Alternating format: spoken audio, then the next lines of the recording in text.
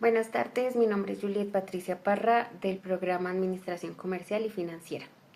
El día de hoy vamos a exponer sobre el tema referente a la unidad 1, el taller denominado el sistema económico. Parte de los siguientes temas de este taller, conceptos de economía, tales como escasez, tales como agentes económicos, tales como factores de producción y remuneración, asignación de recursos, el papel del mercado y los precios, las economías de mercado versus economías centralmente planificadas. Este taller consiste en 5 preguntas. La primera pregunta que nos indagan es escasez de recursos, porque la escasez es considerada el punto de partida de la economía y cómo influye en las decisiones de los individuos y los gobiernos.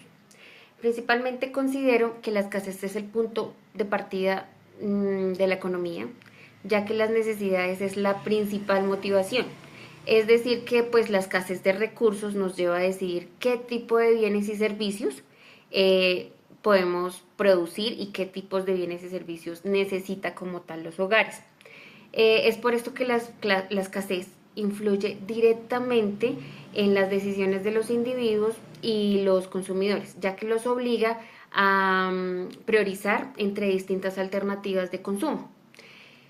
Dentro de esto, pues por ejemplo, una persona con recursos limitados debe decidir si gastar su dinero en alimentos, transporte o entretenimiento. De igual manera, las empresas y el Estado deben asignar de manera eficiente los recursos disponibles para generar el mayor beneficio posible. La segunda pregunta que nos tiene este taller dice, ¿qué diferencias existen entre las funciones que cumplen los hogares, las empresas y el gobierno en un sistema económico? Básicamente como diferencias tenemos que los hogares son las que consumen los bienes y los servicios de acuerdo a sus necesidades. Las empresas son las que producen los bienes y servicios también de acuerdo a las necesidades de los hogares. Y el gobierno es el que regula la economía, el que recauda impuestos y redistribuye recursos y provee bienes y servicios públicos.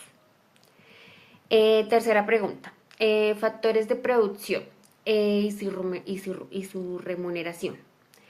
Dice, ¿cómo se relaciona el concepto de remuneración con los factores tierra, trabajo y capital?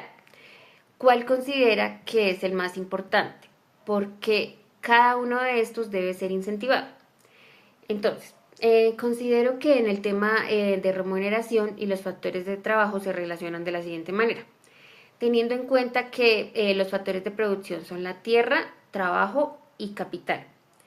En la tierra tenemos que la tierra recibe renta, ya que es un tipo de remuneración. El trabajo recibe un salario o un sueldo asignado por el cumplimiento del trabajo que se le haya impuesto a la persona que está realizando el trabajo. Y el capital su remuneración es intereses o ganancias. En cuanto a cuál es el más importante para mí, pues todos son muy esenciales porque se complementan.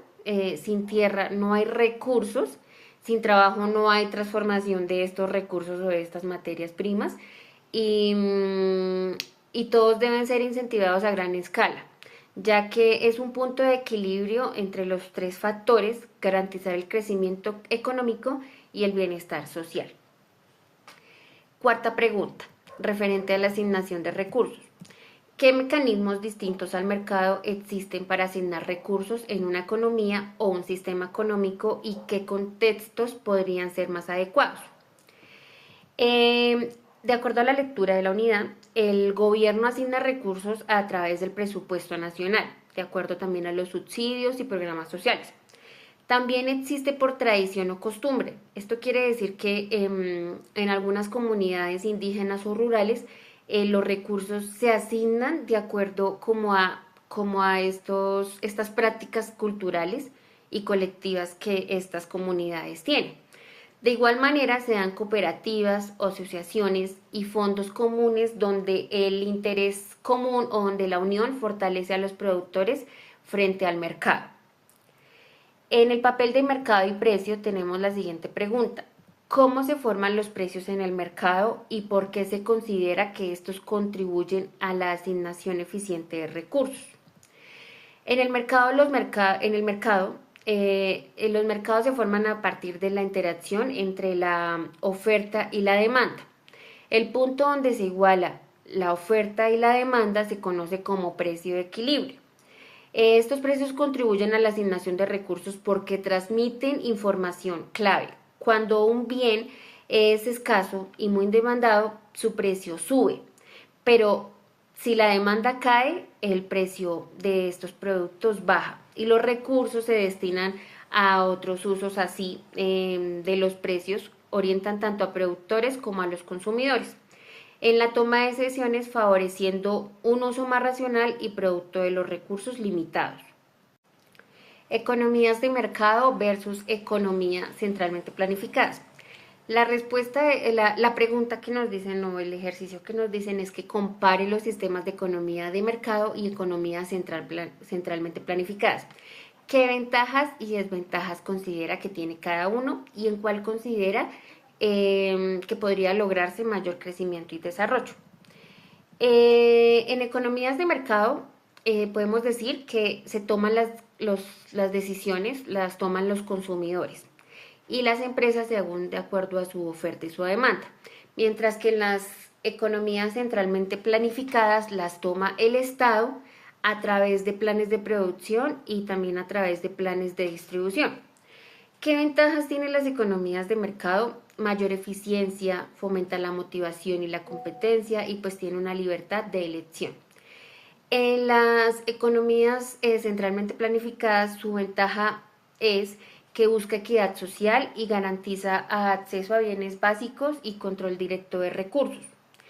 ¿Qué desventajas tiene la economía de mercado? Genera desigualdad, posible concentración de riqueza y no asegura un acceso universal a bienes básicos.